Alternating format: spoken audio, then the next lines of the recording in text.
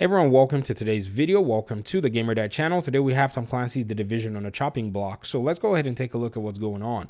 So before I even start this video, I'm just going to go ahead and say it to you guys that I feel like The Division 2 is coming to an end. I think the game itself is beginning to wind down its end phases. This is something I think would have come a while earlier because of what we saw regarding the pandemic and all of that. This affected a whole bunch of video games. And I keep saying this, but some people will be like, oh, I do this job and, I had to do my job even with the pandemic, but your job is not game development. I mean, we kind of know that every job had different circumstances surrounding them. If you were to ask me in my own personal profession, by the way, I'm not a full-time YouTuber, we could do a good portion of our job over the internet and be effective at it. And in some cases, some other people that were my colleagues could not do their jobs effectively using the same mediums just because of the way circumstances are. So you have to really understand that from the perspective of these game devs, in the way that they're all decentralized and scattered all over the world, they would have had to face circumstances based on the regions that they were. Imagine being in Canada, where the restrictions were probably much more strict than, say, being in Cary, North Carolina. I mean, you got to really focus and say, okay, these are things that would have affected different development teams in different ways. But if you think about it, though, for one whole year, we didn't hear anything about content. And all of a sudden, they're like, oh, yeah, we have content that's being worked on by Ubisoft Bucharest. And this is what the content is going to come to. And then all of a sudden, again, we start getting these intelligent annexes.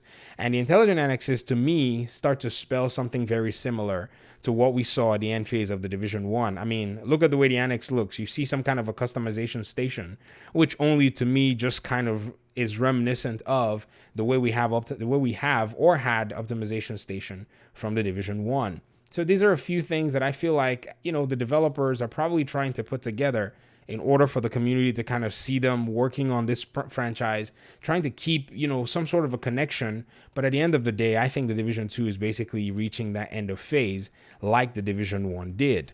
Now, is there a case for and against this? I say yes. I think you can make a case for phasing out a game like the Division 2, and you can make a case against doing so. So you could say maybe they need to build and expand on the Division 2. The game is a solid game. It's a game at its core. Everything seems to be in a sweet spot for most players. Or you could say, I don't think they need to phase this game out. If anything, I think they need to continue to add to it.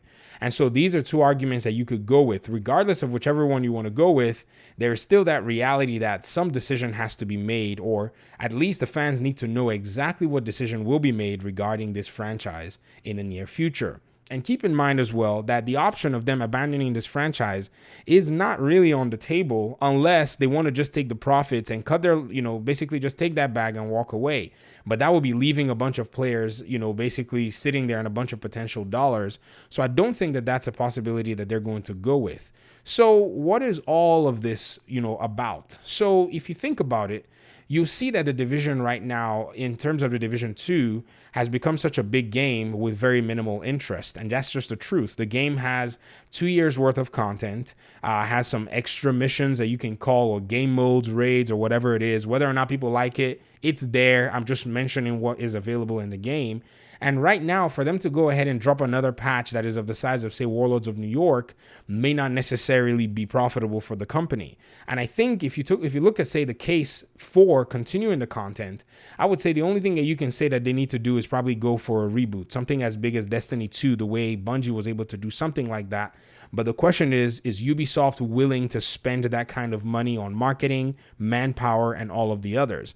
And the answer right now seems to be no. Now, would it be a good thing? Yes, it'll be a good thing, but for Ubisoft, I don't think it's going to be profitable for them. So I can almost bet you that it's more than likely not going to happen at this rate. If you even keep in mind the fact that Avatar is a game that is approaching release in probably the next 6 to 8 months, you're probably going to be seeing that Avatar game, or at least getting news of when it's going to be coming out in regard to an exact date. Now, you go and say, what is the case against it? Why should they scrap everything and start afresh in terms of potentially a new Division game, or focusing on an IP like, the Division Heartland? And the answer to that is quite simple. If you make these kinds of games like the Division, all these MMO style games big, what you're going to do is it's going to be very challenging for you to continue adding more players, except the really, really dedicated fan base. Now, here's the thing about that. It could be a thing where many people from those fan bases may continue to drag other people in and they may continue to, basically enjoy it. But a game like The Division is not necessarily like a lot of these other games. So just recently, Warframe released their trailer for their new content that's going to be coming out on December the 15th. And I thought about it. I was like, man, I should download Warframe and just play a little bit. But the very first thought that came to my mind after thinking that thought was, I don't even know where I'm going to start. I played a long time ago, a few years ago, and without anybody that's a professional or someone that's actually quite experienced in Warframe walking me through what, I need to expect, I would not know where to start from or where to go. And I mean, Warframe has got 50 million registered players, and they're still bringing out content for this free-to-play game. Regardless of whatever issues people may say they have, the game is free in a sense, right? And people just have to continue to grind all this content and get these new rewards and all. But many people are more than likely going to be dropping it and going to play new games because you can only play Warframe for 4 years before you get tired. At some point, that fatigue is going to set in and you're going to be looking for something new to do.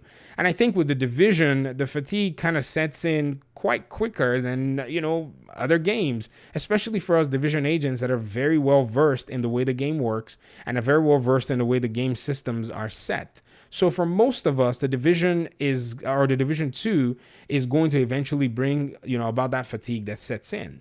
And meanwhile, the developers kind of already know this. They can see this from the data, and they know that right now the player base is in a place where many people are probably not playing or people are playing or whatever it is. And I think they understand that what they need to do is bring something fresh to the table, and not just something like a new DLC, but I'm talking about an entire new Division game along the lines of the Division 2. Now, here's what I think. I think Heartland is a filler, some kind of game that's going to fill the space between the production of the next Division game that follows the Division 2. This is something that big publishers would do.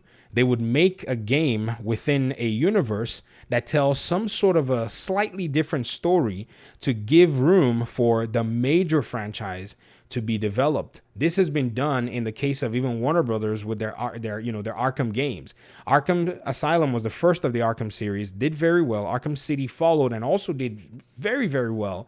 And it was also rumored within the gaming community that Arkham Origins, which was made by another Warner Brothers studio in Montreal, Canada, was designated in order for them to give time to Rocksteady out in the UK to finish Arkham Knight. Now, how true this is, we don't necessarily know, but it seemed like Arkham Origins played a role for a game that was just trying to fill, that space and that void. Now, even though this is something that you can't confirm in terms of what I just said, I remember watching interviews from the developers at that time, and they said when they were designated with making an Arkham game, they came up with their story and they reached out to Rocksteady to give them assets and give them all kinds of material that they basically back engineered and used to make Arkham, Origins. So I see something like that going on with Heartland. Heartland's, in my opinion, kind of a little slice of the pie of what the Division universe is. I mean, being set in some Midwestern land, and it's going to be a free-to-play game, and it seems to have whatever it is that they're trying to present to the community, trying to bring in a lot of people to the ecosystem using a free-to-play model. To me, it just seems like something that's trying to tee up another Division game. And I think that's basically what's on the works. I think a Division, game or Division 3, whatever you want to call it, they may not call it a Division 3. They may call it something else. I think it's probably in the works right now. And that's what Ubisoft is more than likely going to be focusing on. Now, the timeline for that is, in a realistic sense, probably going to be around 5 years. Now, I say 5 years because Avatar is going to be releasing here in the next year from today when I'm making this video, December the 5th, right? So we're looking at saying Avatar coming out in the middle of 2022, maybe at the end of 2022. We don't really know. We haven't received a release date yet.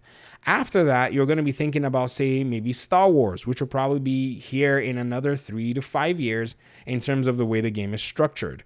Meanwhile, I believe strongly that once Avatar is launched, a lot of the developers that are working on Avatar are going to be shifted to a Division project in order for that Avatar game, which is more than likely going to be a single-player, first-person experience, that's going to keep getting support. If there's going to be DLC, they're going to make DLC. It doesn't take too many people in Massive to want to do that. They're more than likely going to even ship that to another Ubisoft studio, while more people go back hands on deck on the Division. And as Star Wars gets launched, which is also going to be some kind of a single-player game, more hands are going to get on the Division. And I think this new Division iteration is going to be kind of like their big bang, like something that they're going to do to probably run a 5 to 7 year run on the Division franchise. I think the next Division game is going to be drastically different from everything we've played so far. So this experience that we're getting for the Division 1 and the Division 2 right now is more than likely the last of its kind that you're going to see here in terms of gaming. So, I mean, it's just really interesting to kind of see how all of this is going to, work, because the next Division game, if it's going to be a paid game, and I'm not talking about Heartland, I think they're really going to make a very different game that will resonate with a bigger and a broader community. Now, would it have things that really do resonate with the original community, the 40 million or so players that Ubisoft say have already played the Division? I think it's going to have those, elements. But at the end of the day, and at the same time, I think it's also going to have the elements in regard to those things that, will appeal to a broader community. It's just the way these things go. These companies, they always run around trying to make money in the, in the way they think is the best way. And I understand that we as a hardcore community, we have our demands. But unless our demands line up with their bag, we're more than likely not going to see those things. It's a sad reality, but it's a reality nonetheless. And I'm sure it's something that, the way I've said it may not be the most appealing way, but I usually just put these things out just to say, brace yourself. We're about to see some really interesting changes with this franchise in the near future. But I'll leave this video here. I would love to hear your thoughts in the comment section. Let me know what you think about the future of this game or of this franchise so far. Do you think Heartland is a filler? I think it is. Let me know your thoughts, like I said, in the comment section. Talk to you guys in another video. Peace out.